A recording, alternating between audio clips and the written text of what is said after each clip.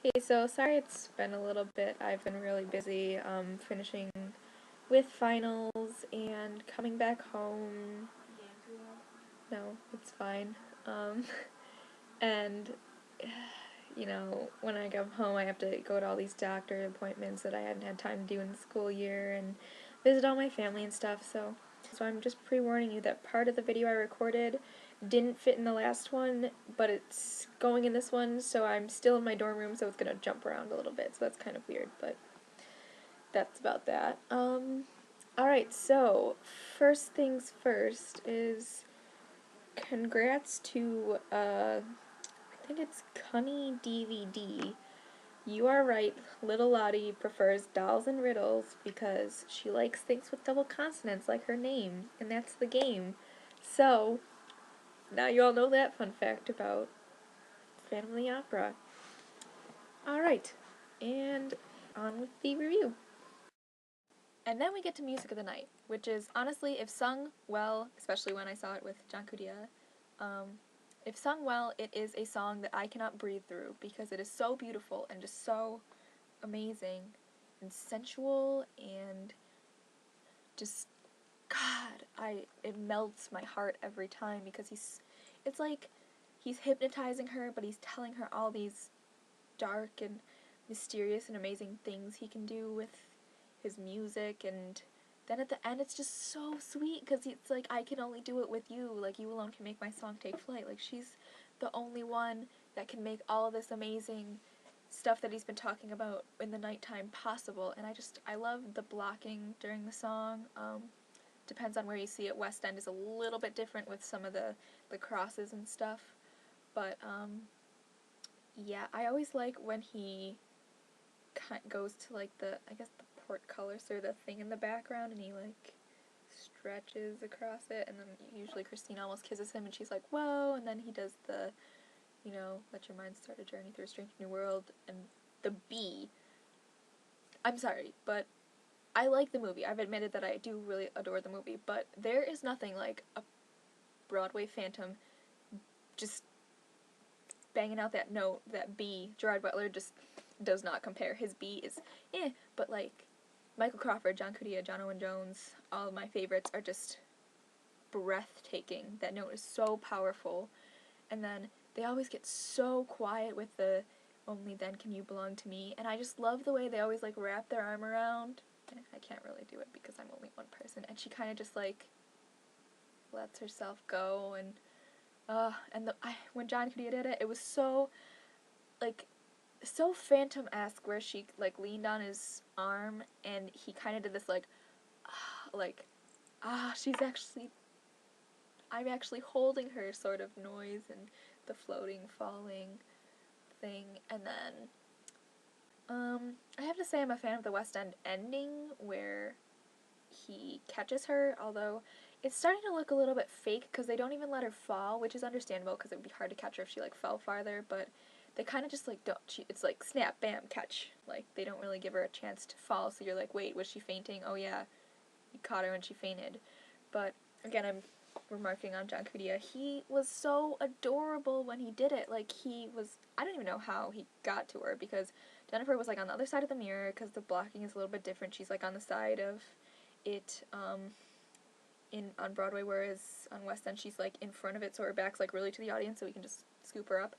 But so the Mirror Bride, which is actually like Christine's third understudy, I think, or something, which is so cool, is a real person, and when she does the like forward thing, Jennifer kind of started to slump, and she was like falling, and John went over and like guided her to the ground, and it was adorable. And then when he was doing the You Alone Can Make My Song Take Flight, after he put the cape on her, he like grabbed her hand and held it so like tenderly and just adorable, and he kind of like did the thing to her face, and was like, oh God, you can see how much he adores and loves her, and just Music of the Night, man, just tugs at the heartstrings, and wow. Wow, wow, wow is all I can say about Music of the Night. So then we continue on to I Remember / Stranger Than You Dreamt It, which I always find is semi-awkward in the American versions because she falls on the floor, and then because of the lighting sometimes and the way because her dress is white and it, shows up even when it's dark in the dim light. You can see her get up and walk over to the bed for the next scene, which I always find a little bit awkward because then she just wakes up and is in the bed. So it makes a little bit more sense in the West End version when he catches her and puts her over there. But that's irrelevant and, nitpicky of me. The scene is a really good reference to the original novel. When she takes off his mask and he freaks out, and in the book she's like, I'm pretty sure he was gonna kill me, sort of. And, the anger part is a good part of the song, but my favorite part, I think, is when he's, like, holding his face and he's crawling and, like, dragging himself across the floor to her. I think that's really, like, pitiful and really shows, like, how horrified he is of his face and that she actually had to see it. And then, when he kind of lets all his anger out and is like, oh, Christine, it's just so, like, she gives him the mask back and the cute music plays, and most of the time he, like, reaches out to her and is gonna touch her, and then he's like, no, I can't. It's sad, but it's pretty, that's, like, a really short but emotional scene that I really enjoy in the show. Not that I really don't enjoy much of the show. So, yeah, and when done right with the balance of anger crazy and, like, the, oh my god, I'm repulsive crazy, it's pretty freaking sweet. And then we get to Magical Lasso, which, filler scene, whatever, trying to make the Phantom scarier.